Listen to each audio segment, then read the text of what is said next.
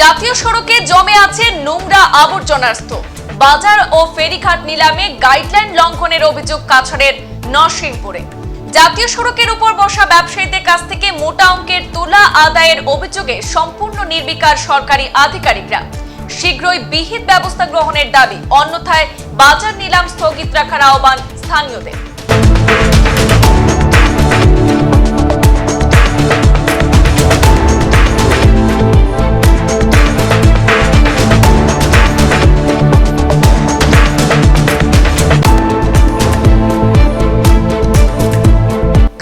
নরসিংপুর উন্নয়ন খণ্ডের অধীন বিভিন্ন বাজার এবং ফেরিঘাট নিলামে সরকারি গাইডলাইন লঙ্ঘন করা হচ্ছে। প্রতি বছর বিভিন্ন বাজার এবং ফেরিঘাট নিলাম ডাকা হলে নির্দিষ্ট দিনে নিলাম প্রক্রিয়ার অংশ নেন অনেক বাজার লেসি এবং ফেরিওয়ালা।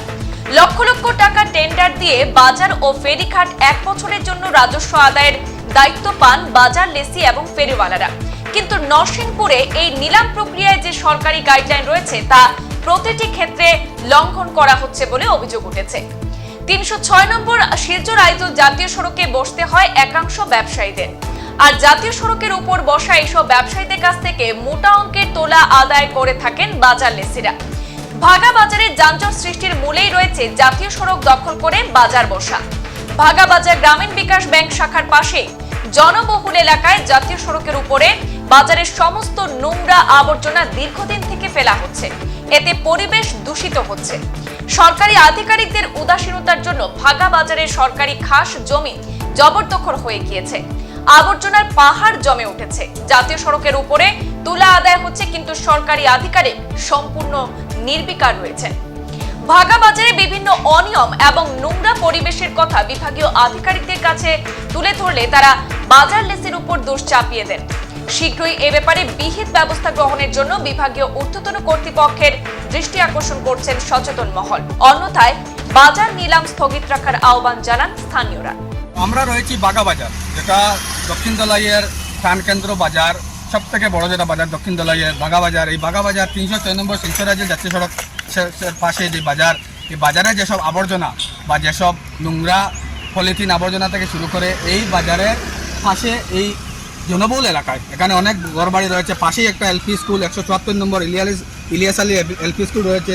এইসব এলাকা জনবহুল এলাকায় এইসব বাগা বাজারে যেসব আবর্জনা পাশে রয়েছে আমার রুকনি নদী, এই আবর্জনাগুলো কিন্তু সরাসরি ৩০৬ নম্বর শিলচর আইজল জাতীয় সড়কের পাশেই কিন্তু ফেলে রাখা হয়। তো আমরা প্রতি বছর দেখি যে ভাগা বাজার যেটা সেটা সরকারিভাবে নিলাম করা হয় এবং সেটা ডাকের মাধ্যমে প্রতি বছর লক্ষাধিক টাকা লক্ষ লক্ষ টাকা সরকারি কোষাগারে জমা হয় এবং বাজার ডাক হয়। কিন্তু এই বাজার ডাক হওয়ার পরবর্তী সময়ে কিন্তু এই বাজারের যেসব আবর্জনা কিন্তু এই বাজারের পাশেই মাত্র বাজারের ২০০ মিটার ভিতরে কিন্তু এইসব আবর্জনা ফেলে রাখা হয়।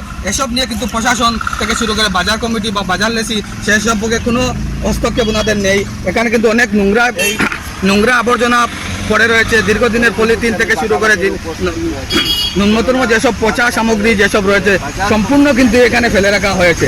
এখানে পাশে কিন্তু আমরা দেখছেন রুকনি নদী এবং এখানে অপর পাশে রয়েছে এই ৩০৬ নম্বর শিলচর আইজল জাতীয় সড়ক। এই উভয় জাতীয় সড়কের পাশে এবং এই নদীর পার্শ্ববর্তী যে মধ্যবর্তী যে জায়গাটা, এই জায়গাটুকুর মধ্যে কিন্তু এইসব আবর্জনা ফেলে রাখা হয়েছে।